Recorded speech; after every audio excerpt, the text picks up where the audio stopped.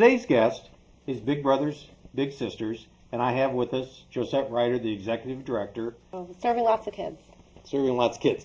Who is basically the children that you're serving? I mean, everybody kind of knows Big Brothers Big Sisters, but they have this image of, the people that are doing it. I don't know so much of the child, okay?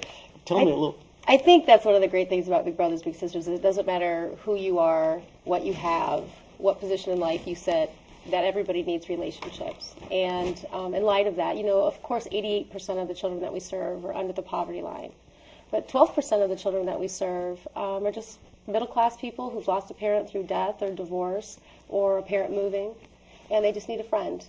And it's really neat to see, some of these parents call us up and just say, oh my gosh, this is the best thing that's happened to my son, or, my daughter's reconnecting to the world because she's gotten a big sister. And so everybody needs relationships, and so the littles represent every walk of life. We're about 50-50 in our demographics, and we're really excited about being able to serve the full community. I'm always just fascinated with the volunteers, okay, and what they experience in this, because we had John on the show and he just talked about, how it's changed his life and what's done. What has it done to your life? It's awesome. I tell everyone I can about it. She does. She's a great recruiter. 2 seconds I put it in there. So the guys at work all know about it. They ask me how my lunch buddy's doing and if I went to recess and all this. Everybody realizes that I'm a part of it, and then hopefully that gets them interested and gets the word out there. So. Okay, well, I never knew that there was a big and a little, okay? Is how that was described. That's a great terminology in that. Joe, how did you first hear about Big Brothers Big Sisters or become involved, I guess? Actually, back in 1996, 1997, so I've been affiliated with the agency actually for almost about 12 years now. Started off as the board advisor for the board for Big Brothers Big Sisters, plus I was on a committee for the Gourmet Dinner, which is our premier fundraising event that we still put on every year in the springtime in May.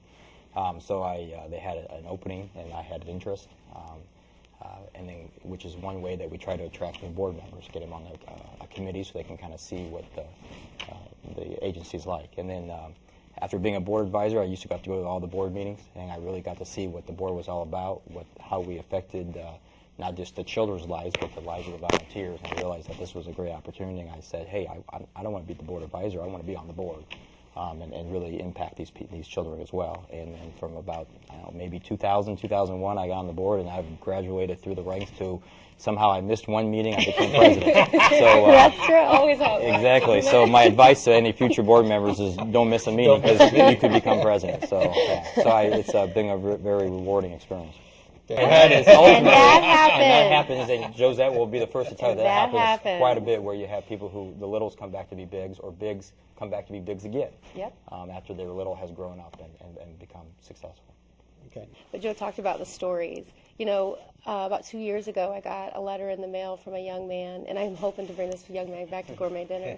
And he sent this letter in, and it had a $100 check in it.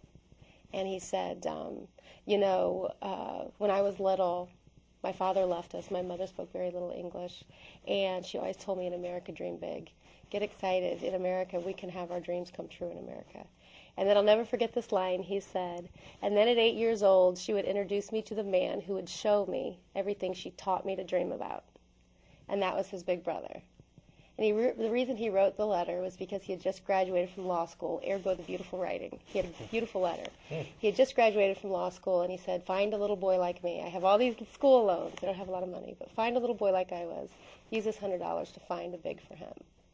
And that's what Joe's talking about, is somebody who grew up in this community, who's now successful, who's now in the community, who's financially turning around and supporting the agency. It's really amazing to see that. What does it take